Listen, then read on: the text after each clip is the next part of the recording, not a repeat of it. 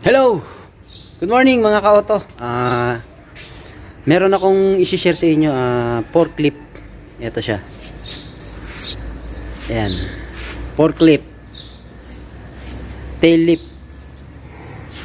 Hard starting siya sa umaga. Napaka hirap paanda rin sa umaga. Ngayon, chinek ko na tong heater plug niya. Sabi ng operator kasi napakarami, nakakailang try siya, 3-4 na try bago umandar. So chinek ko na tong heater plug. Pag switch on mo, nailaw naman dito sa dash.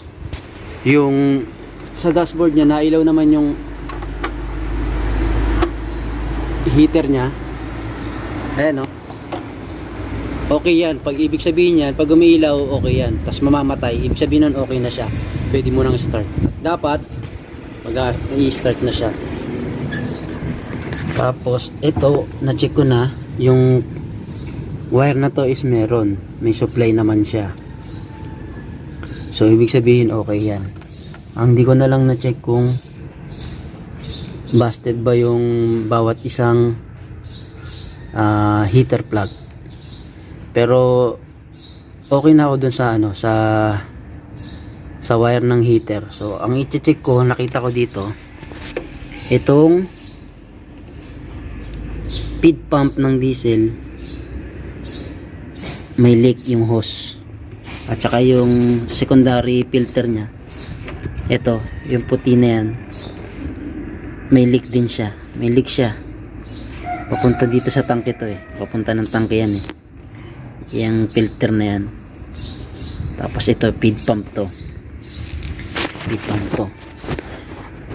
Pag pinap mo sa umaga, malambot, napakalambot, may hangin.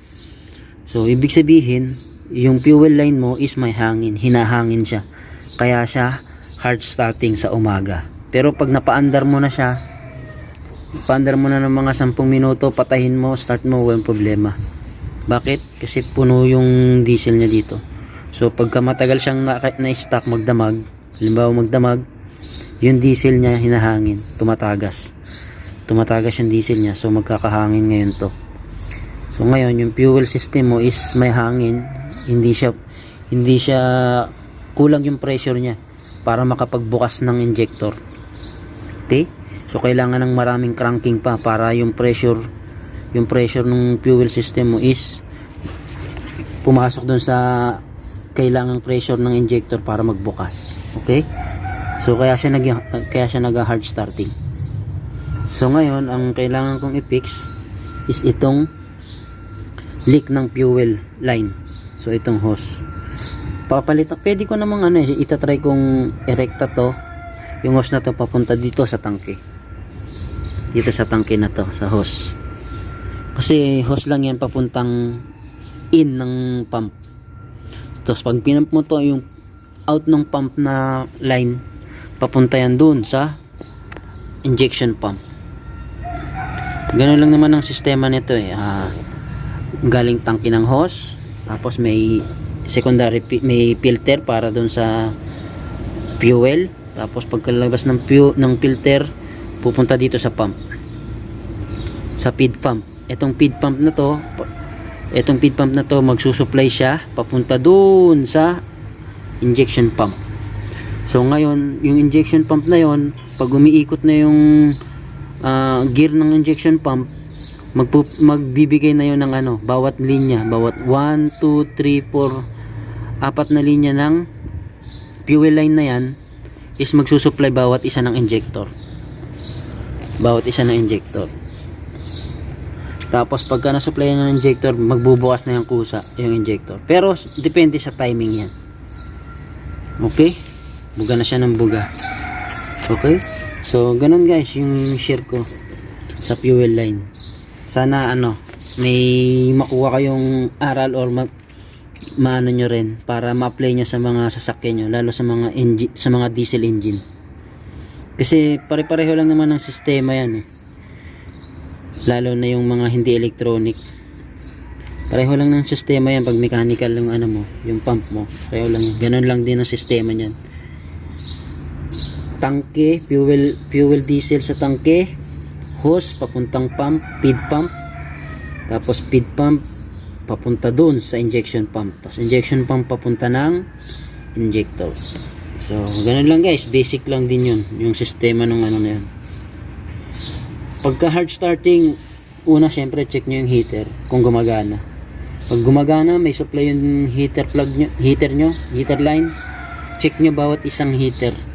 Pwede nyo iangat yan, heater plug, pwede nyo tanggalin, iangat nyo, supplyan nyo, idikit nyo sa ground, tapos supplyan nyo ng positive yung ano. Pag uminit yung heater na yon, yung coil nya doon sa loob, pag uminit, ibig sabihin okay yun, gumagana yun. Isa-isa pwede nyo ganun gawin para malaman nyo kung alin ang busted na heater plug. Okay? So yun guys, tanggalin ko na lang tong ano, palitan ko ng hose tong fuel line na to papunta ng tangke tsaka ng feed pump. Tapos testingin ko, paandarin ko. Kasi hindi ko pa pinaandar ngayon ha, pero sigurado yan hard starting kasi paulit-ulit na yung sinasabi ng driver. So ganun ang gagawin ko, tanggalin ko tong hose, palitan ko ng bago, tapos ipump ko lang to, ipapump ko lang to ng ganyan. Pag puno na yung system nya, testingin ko, paandarin. Okay? Pero sigurado hindi yan kasi hinangin na eh. I-ano ko lang muna, i-feed pump ko, tapos i-bleed ko, tapos okay. Okay guys, thank you. So yun guys, sana may nakuha kayong aral or may share ko to para naman makatulong din sa inyo sa may mga diesel engine dyan. Okay guys, thank you, God bless. Kung nagustuhan nyo pala guys yung video ko, pa-share naman at saka pa-like na rin po.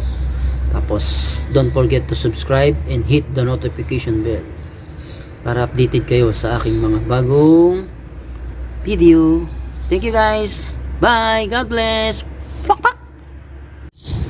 Wala siyang battery, drain yung battery niya, so isi-series ko tapos start ko.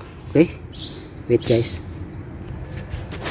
So yan guys, siniris ko siya, yung wire na positive para sa positive terminal, yung cable na itim, yung itim na cable na yan sa negative terminal. Ganun din dun sa baba, dun sa 12 volts na yan na battery, 60 amperes. Okay, ganun lang pag series guys, kailangan positive sa positive, negative sa negative. Okay, so ngayon start natin. Tingnan natin kung one click. Start natin.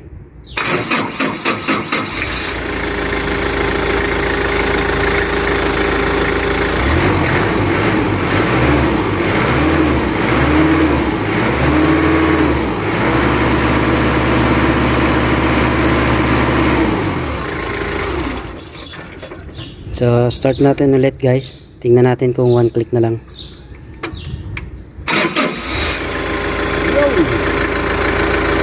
Okay na siya. Accelerator.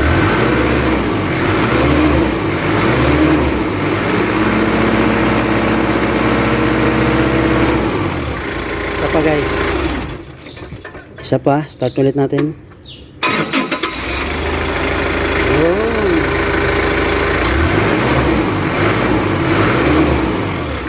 Click na siya. Isa pa ulit. Start na naman. Okay na guys. Isa pa, last one. Para i-charge natin yung battery. Yun! You're done. So, okay na guys. Okay na yung forklift na yun. Hindi na siya hard starting. Wala na din leak dun sa ano, sa hose na kinabit ko. So ganun lang guys. Kung nagustuhan niyo yung video guys, pa-subscribe at saka pa-like, pa-share na rin po ng okay, thank you, God bless.